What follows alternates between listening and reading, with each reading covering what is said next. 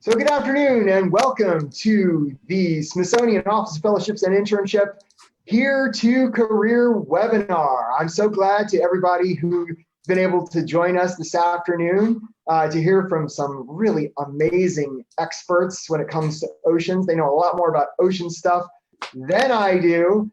So if you're somebody who's interested in pursuing a career related to oceans or marine biology or, saving Nemo, this is the crowd you want to talk to. My name is Eric Woodard. I'm Director of Fellowships and Internships, and I'm going to do my very best to be the one who speaks the least during this webinar. What we'll do to start it off is I'll ask the panelists to introduce themselves, and then we'll go right into Q&A. So especially if you're someone who's got a microphone, I'll take your question. And the way you can show that you've got a question, you should see there's a Q&A module. Just go ahead and ask a question, and I'll select you, and we'll go like that. And if for some reason you don't have a microphone, you can type in your question, and I'll ask it on your behalf. But without any other further ado, I'd like to start off with our panelists introducing themselves. Let's start off with Katrina Lohan. Katrina, what's your story? Hi, Eric. Thank you for having me. So I actually originally grew up in Southern California and always loved going to the beach. And so I was one of those sort of cliche little kids who, in like the 4th grade, said I was going to be a marine biologist. And I sort of let go of that dream once when I took physics in high school because I really didn't like physics. But I got over that senior year. So I ended up getting a bachelor's in marine science, actually at Long Island University, Southampton College. So I went from California to New York to get a marine science degree. That's a lot longer than a story than I was permitted to tell you about. But let's just say I got that degree and then ended up getting a master's right away. I wasn't quite sure what I wanted to do after my undergraduate. So I was looking to just sort of hone some skills that I was interested in learning. So I wanted to learn genetics. And I ended up at American University right here in Washington, D.C., where I got a master's in biology. And I worked with Dr. Robert Fleischer, who actually runs what is now the Center for Conservation Genomics at the National Zoological Park. And after that, I ended up not going straight to grad school again, but took a year off and worked as a technician, actually at the Smithsonian's National Museum of Natural History in the Department of Entomology. So I went from a marine biology degree to working on parasites of songbirds to then working on leafcutter ants, and then decided that I really wanted to merge my interests in disease ecology and marine science because I really miss the water. So I started looking for this real narrow range of programs that had all of these things and also had genetics on top of it because I just thought genetics was a really cool skill set to use. And I ended up at the Virginia Institute of Marine Science, which is the marine science school for the College of William and Mary. And that's where I got a PhD in marine science. And then sort of stereotypically, I guess, I ended up getting married while I was there. And my husband got a job in DC, so I moved back and I reached out to people I knew at the Smithsonian and started writing, a lot of applications to get positions. And I ended up with a MarineGEO postdoctoral fellowship, where I got to again work with Dr. Rob Fleischer, who is still at the zoo, and also with Dr. Greg Ruiz at the Smithsonian Environmental Research Center. And then when my fellowship ended, I spent a few more years working for Greg. And when a position opened up to run a marine disease ecology lab at the Smithsonian Environmental Research Center, it was my dream job and I applied for it. And I recently became a federal scientist, now still running that lab. It'll be 3 years old this April. So very exciting for me. It's the place that I never thought I would be, but always wanted to go. So that's awesome. So the ocean was like the mob, right? There was no way out. It pulled you back in, right? Davy Jones' locker, is that right? Yes. I Awesome. got stuck in the Bermuda Triangle and couldn't get out. Nice. I love it. Maria, what's your story? Lay it on us if you would, please. Sure. My name's Maria Murray, and I am the program manager for basically a global marine ecology observation program called MarineGEO, and Katrina was one of our postdoctoral fellows.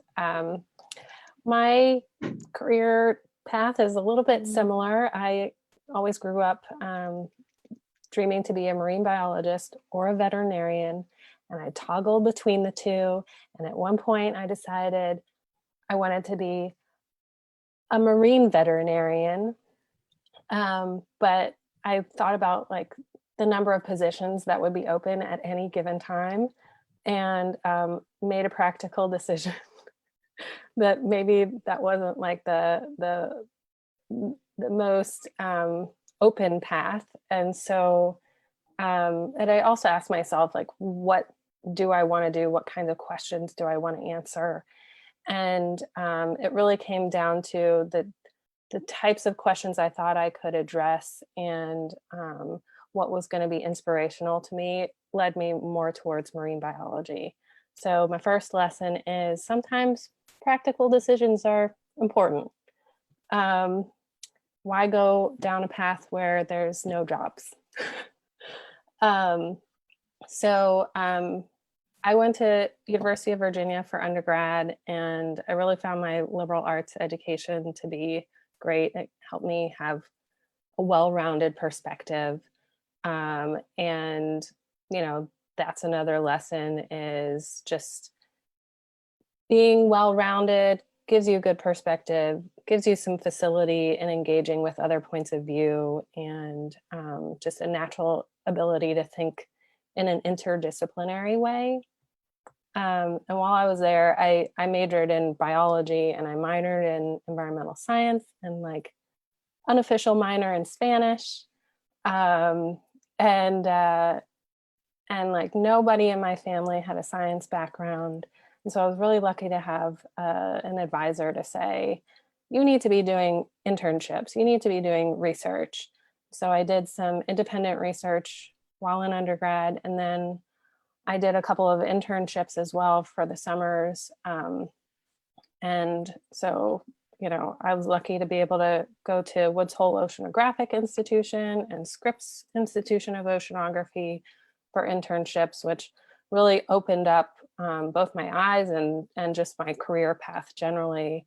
And so that's my third lesson, is internships are hugely valuable opportunities to try out different things, see what you like, see what you don't like, and there's just no strings attached. And that window in your life that you can do internships is so small to just like maximize them, because I kind of still wish I could do internships, just to try out something different. And after college, I ended up working at a place called the Marine Biological Laboratory. It's in Cape Cod, right next to the Woods Hole Oceanographic Institution. And I did a job that was like bioinformatics of microbes. And it was something totally different. I decided to try something totally different. Found out it wasn't necessarily like the best thing for me, but I learned all these really great skills, like computer skills, that I was able to apply, you know, basically every time I turn around. You know, it gives me a facility. And then, you know, I knew I wanted to go to grad school. I just needed a break. I had studied hard. So I ended up going to grad school at University of Maryland, College Park. And I studied evolutionary ecology and genetics of marine invertebrates. And I knew I didn't want to go the academic route, so I knew I didn't want to follow that path. Some of it was practical. I didn't want to do postdocs forever. I wanted to have benefits like insurance and, you know, 401k before I turned 40. So I applied for a Knaus Marine Policy Fellowship, and that was for marine scientists who are in grad school to work in the federal government for a year and bring their expertise to the government and then get that policy experience. And I ended up parlaying that into a 5-year position at the National Oceanic and Atmospheric Administration's NOAA's Office of Education, where I worked on building collaborations and networks with science centers and museums to get NOAA science out into the public. And then I came to this job where I'm at the Smithsonian. I had no prior Smithsonian experience, unlike Katrina.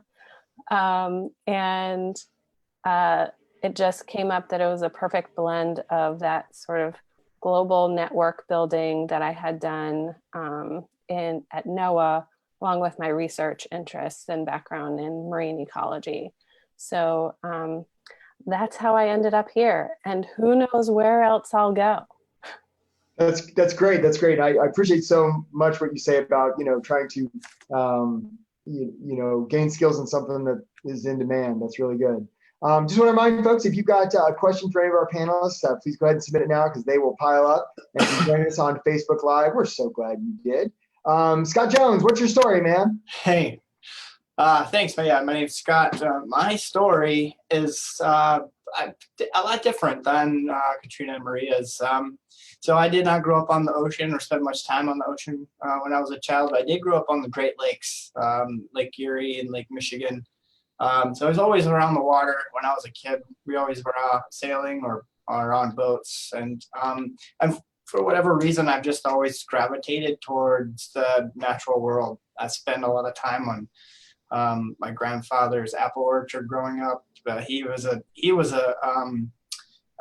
ag scientist, so he was a professor of agricultural science at Purdue University, and maybe that was an influence. I'm not sure, but always gravitated towards natural science, being a naturalist, understanding the creatures around me, and I ended up majoring in biology, just biology, ecology, no emphasis on marine science. And I went to Northern Michigan University, which is a small state school on the shores of Lake Superior in the Upper Peninsula of Michigan. So it's out kind of in the middle of nowhere. And had, just a great experience because we had such wonderful field sites, there to visit for labs and I really started gravitating towards aquatic invertebrates and insects, and spent a lot of time working on those, working with a professor there, Max Strand, on freshwater ecology, stream ecology. And then, I finished the degree there. I back up a little bit. I think probably a really formative experience for me as an undergraduate was attending the University of Michigan's biological station. They offer summer courses there. I would say it was a little bit like an internship experience where I could just kind of pick something interesting to study, and it was just so fully immersive. You live at the station, and I think that was really a moment where I was like, okay, research stations are very cool places to work. So that was always kind of in my mind. So aside from school, I did a number of, real life things, worked a lot of different jobs. I built boats for a while. So I had a lot of different experiences and skills. Ultimately just essentially applied for a job here at the Smithsonian about a long time ago, 2005. Started here as an entry-level technician, doing research in the benthic ecology lab, sorting through and identifying invertebrate samples, and did that for a number of years. And then just learned a lot on the job, basically. So I've worked here for a while now and done a lot of different things. Been very fortunate to work with some amazing people. And I think that, some people come into this field because they're driven by that, like, oh, I'm really so interested in this particular ecosystem, and these are the animals, or these are the plants I really want to study. Whereas I was really more, I could pretty much look at any sort of ecological project and be interested in it, probably. What was really driving me was the opportunity to work in a really cool atmosphere, collaborative teamwork type of atmosphere. That's worked out well for me so far. So after about 5 years of that, I started working for the CCRE program. We're still under the Smithsonian Marine Station, and what we do is we operate a remote field station off the coast of Belize. So I'm the program coordinator for that. So I do a lot of the hands-on monitoring there, which is where MarineGEO comes in. And so the MarineGEO monitoring activities that go on there are part of my repertoire of responsibilities. And I do a lot of the administrative work and programmatic, background stuff that keeps the station running. So yeah, that's how I got here. That's great. Kind of a weird story, but yeah. No, not at all. Not at all. All right, so we've got a bunch of questions that have already started to roll in. Krista LaForest, I don't know if you can hear us or we can hear you. Are you there? Yep, I'm here. Hey, Krista, go ahead with your question if you would, please.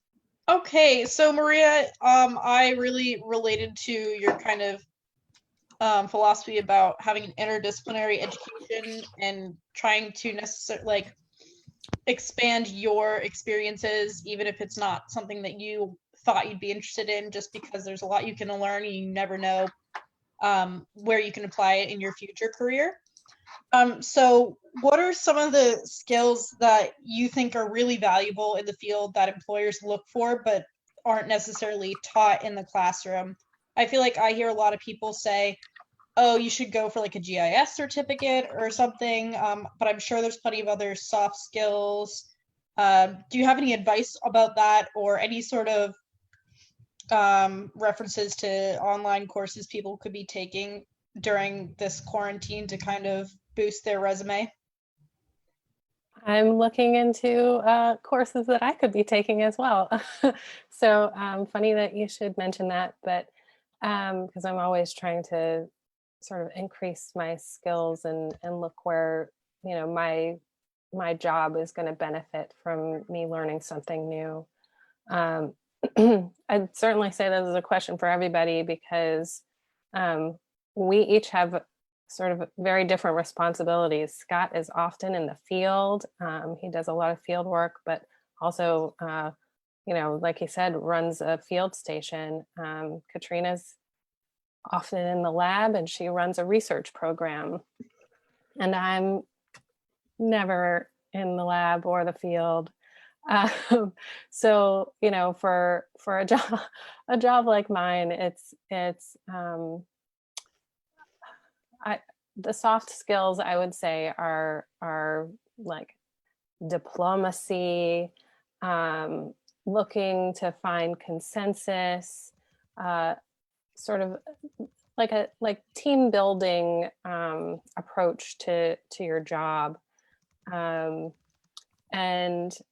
so some of the online courses that I might have been taking, or that I've taken that weren't online, I was able to take them in person at the time, were things like communicating science, program management. Let's see, I've done really boring things like contracts, how to do contracts, and just sort of those sort of softer skills leadership skills, I think that kind of help you work with other people and build teams. Yeah, every time we do one of these webinars, I've researched a lot about soft skills, and I don't say anything about soft skills. And every time we do one of these webinars, it's like one of the first things to come up. So I did not pay these people off. I swear I didn't. But Sabine, it's going to take me a second. Sabine Bailey, it sounds like you had a question, if we can hear you. Yes, hi. Again, thank you all for being here to answer our questions. Really appreciate it. My question is, I'm just wondering, you all have different levels or similar levels of graduate school experience, and I was just wondering, how valuable is that? It seems to me, especially in the field of marine biology, it is still a very competitive field, and so I'm wondering, how valuable is it to get a master's? Is there a difference? I know that the MPS, the Master's of Professional Science, it's definitely cropping up. I know a lot of my fellow colleagues and friends have been, thinking about doing that route. So I'm just wondering whether there is a difference in value or perhaps weight in the professional world between an MPS and a Master of Science? And finally, and I know this must be dependent on, of course, the field that you go into, but can practical experience or field research experience ever replace a graduate school experience? Thanks, Sabine. Katrina or Scott, what do you think? Well, I said just a bit about that, maybe because my career path was, this is one way it's very different from Katrina and Maria's, is I did attend graduate school for a while, but I never really finished it. I was kind of got sidetracked and, ended up just working, thinking that I would do that for a little while before going back. And my first job here was, it was a temporary, like a 1-2 year contract or something like that. And so I just didn't think I'd be here that long. But I wouldn't necessarily recommend that. I would absolutely recommend a master's degree for a lot of different reasons. I'll let maybe Katrina weigh in on which type of master's degree is best, but I would highly recommend graduate school. It's a fantastic experience. A lot of opportunities for more hands-on, career building experiences will come your way when you're part of an academic team or a department. Just the contacts that you would make, the things you'll learn along the way are very important. And then I will just to sort of flip on that a little bit, is that a lot of the practical experiences I gained just growing up in my 20s, trying out different things that really served me well in this field. How to fix boats, how to work on a variety of random things that break and happen to you in the field. So yeah, don't ever turn down the opportunity to learn something like that. But I'll end there. Katrina, what do you think? Yeah, I mean, so I would say that the answer to your question depends a lot on what you want to do. So, if you want to run a research lab, you're going to be hard pressed to find somewhere that's going to hire you if you don't have a PhD to do that job. And there are a lot of places where no amount of expertise will make up for not having a PhD. But if you are talking about any other job other than running a research lab, that's not entirely true. So there's a certain amount of, let's say, gravitas that comes with having a master's occasionally, but that it's not something that can't be made up with, that you can't make up with, I'm going to say, just experience, but sometimes it will require more years of experience than having a master's degree. It really depends on what you want to do and the kind of job you're actually applying for. So, as a federal scientist in the federal government, the regulations are very straightforward, that years of experience can be substituted for degrees of any kind. That's not necessarily the case in other areas or institutions where they have a little bit more leeway on the specifications for the jobs that they're posting for. But I would just say, start doing job searches to see what types of positions you're really interested in, and then see what the qualifications for those jobs are, and use that as a guidance for the types of positions that you look for and the types of degrees you choose to go and get. Because what you don't want to end up with is a situation where you get a PhD and you're now massively overqualified for the jobs you actually want. Or you think, oh, I only have a bachelor's degree, I have to go and get a master's degree. And it's not really true. Your bachelor's is perfectly useful, and you can do exactly what you want with that degree, and you don't need to spend the time to go to grad school. Yeah, that's absolutely solid. I see Maria and Scott nodding their heads with me. Absolutely. Thanks so much. Krithaka Layagala, are you there? Let me make sure you're not muted. Hold on. Sorry. Krithaka, are you there? Yep, I'm here. Hi, how are you? Go ahead with your question. Okay. So I'm a high schooler and I interned with the Smithsonian Conservation Commons last year. So that's how I found out about all this. So I'm super interested in sustainability in general, but I'm a junior now and looking at colleges, looking at things to major in. And I'm just like super overwhelmed by it all, just making these decisions and knowing what to major in. And I want to make the practical choices, as Maria said, but how do you know like what career fields don't have the jobs that I want to do, or just, I guess where to start, maybe. Where to start? What do you guys think? All right, I'm going to jump in here because this is an area where I consider I made a mistake, and I would rather you learn from my mistake than repeat it. So I actually chose my undergraduate program because I was so adamant about leaving with a Bachelor of Science in Marine Science.